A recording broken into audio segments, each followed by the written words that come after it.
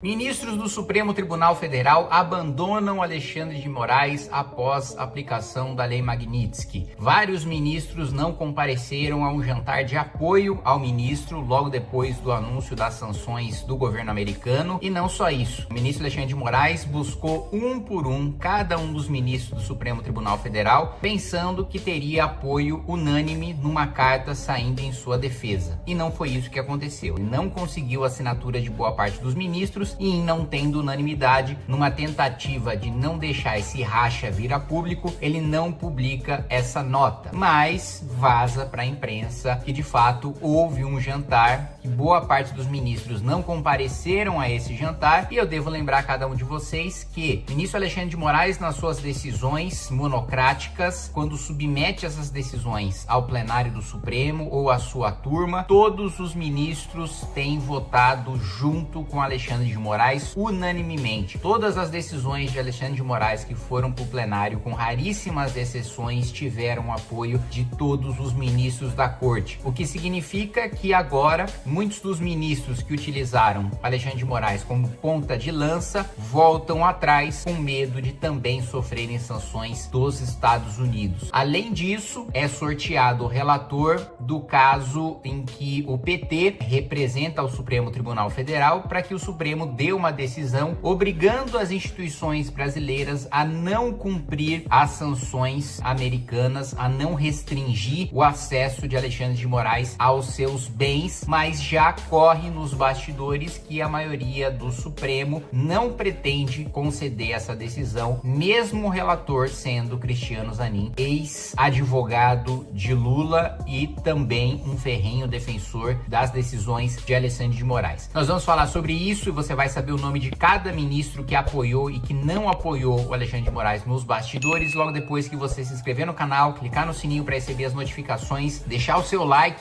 Vamos lá. Poder 360. STF dá sinais de racha depois de Magnitsky para Moraes. A maioria dos ministros recusou assinar carta coletiva defendendo o colega sancionado pelos Estados Unidos. Segundo apurou o Poder 360, o clima no STF está péssimo. Ministro Moraes está cada vez mais isolado na corte. Mais da metade dos integrantes do STF não assinou uma carta em defesa do ministro Alexandre de Moraes.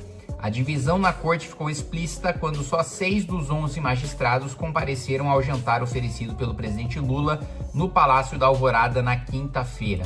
Moraes pressionou os colegas por um documento coletivo depois de ser alvo de sanções dos Estados Unidos pela Lei Magnitsky, que o impede de realizar transações com instituições bancárias ou econômicas norte-americanas. Segundo a apuração do Poder, o clima está péssimo na Suprema Corte. A maioria dos ministros considerou inadequado elaborar um manifesto conjunto contestando uma decisão interna de outro país. Atenção, Lula, que tanto fala em soberania. Eu vou ler essa última linha de novo, especialmente para você. A maioria dos ministros considerou inadequado elaborar um manifesto conjunto contestando uma decisão interna de outro país. Os próprios ministros do Supremo consideram que a aplicação da Lei Magnitsky, uma legislação americana, não é uma afronta à soberania nacional e sim uma decisão interna, que é uma coisa que eu tenho falado há muito tempo. Não há nenhum atentado à soberania nacional do Brasil com a aplicação dessas sanções ao ministro Alexandre de Moraes, por uma razão muito simples. Primeiro, a razão pela qual ela é aplicada. Ela é aplicada porque o ministro Alexandre de Moraes, ele sim, fere a soberania dos Estados Unidos ao determinar a suspensão de contas em redes sociais americanas, de empresas americanas, com administradores americanos, né? Como é o caso do Rumble, como é o caso do X. Ele manda suspender contas, inclusive em território americano. A determinação dele é que as redes sociais suspendam essas contas em todo o mundo e que, caso elas não cumpram essa decisão, né, ficam submetidas a multas pesadas e inclusive a processos criminais contra os seus representantes no Brasil, o que fere a Constituição americana e a soberania americana. Por isso, a legislação americana é aplicada contra ele. Muito bem. Primeiro primeiro motivo pelo qual não atenta contra a soberania do Brasil, é a razão. O segundo motivo são os efeitos. Os Estados Unidos, em nenhum momento, obrigam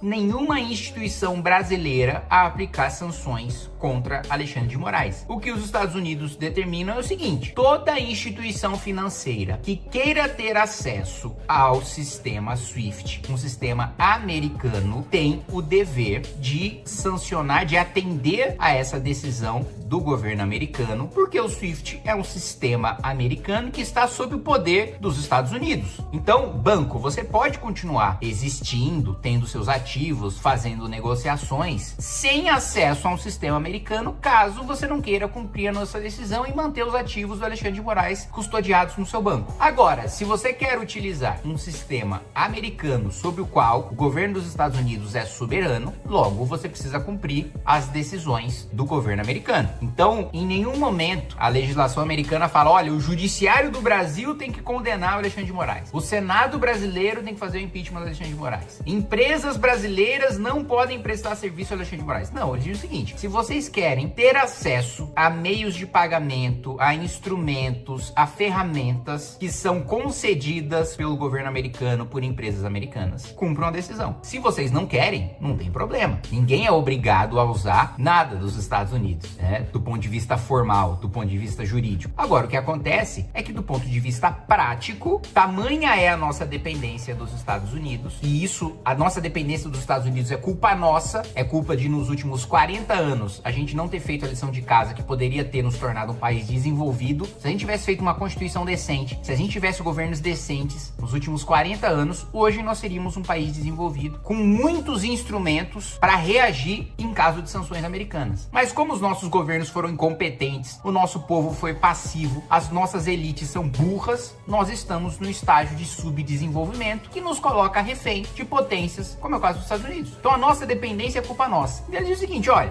se os bancos brasileiros dependem do sistema americano para sobreviver no mercado internacional, paciência. Então, o Supremo agora descobre alguém mais poderoso que ele. Trump, o governo americano? Não, os bancos, né? Porque, obviamente, está tendo uma pressão pesadíssima do sistema financeiro, dos bancos nacionais, para que o Supremo não conceda uma decisão obrigando esses bancos a manter as contas do Alexandre de Moraes. Porque todos esses bancos, veja, do ponto de vista econômico, de lucro, vale mais a pena para um banco pagar uma multa para o Supremo Tribunal Federal e descumprir decisão do Supremo Tribunal Federal do que perder acesso ao sistema SWIFT. Então o banco faz o seguinte: ó, Supremo, não faça isso, porque se você fizer, a gente vai descumprir. Nós não temos outra escolha a não ser descumprir a sua decisão, e aí você vai ficar desmoralizado. Imagina, você dá uma decisão contra os bancos desobedecem. Vai ficar bem feio para vocês. Então, mesmo com o relator sendo o Zanin, a maior parte dos ministros, e muito provavelmente o próprio Zanin, dizem o seguinte: olha, nós não vamos dar uma decisão obrigando bancos brasileiros, instituições brasileiras a descumprirem as sanções americanas e manterem os ativos do Alexandre de Moraes. Então a situação dele está complicadíssima. Está complicadíssima do ponto de vista dele cometer novos abusos em relação a redes sociais americanas. Agora, eu reforço, é uma vergonha para mim enquanto brasileiro e para todos nós enquanto povo brasileiro que tenha de vir uma sanção dos Estados Unidos para diminuir a velocidade, não parar, diminuir a velocidade dos abusos do Supremo Tribunal Federal. Quem tem que resolver esse problema somos nós, são os nossos senadores, que são covardes, que são fracos, que têm rabo preso e por isso não fazem a defesa necessária do poder legislativo e do povo brasileiro, colocando freios nos abusos do Supremo. É uma vergonha que a gente dependa de uma decisão externa para diminuir, repito, os abusos não vão acabar, os abusos só vão acabar quando nós tivermos uma solução doméstica, brasileira, nacional. Enquanto isso não acontecer, o Supremo vai buscar outros meios de continuar abusando do seu poder contra brasileiros. Não tem governo estrangeiro que pare o Supremo. Ele pode diminuir a velocidade, ele pode colocar um freio aqui e ali, mas parar completamente os abusos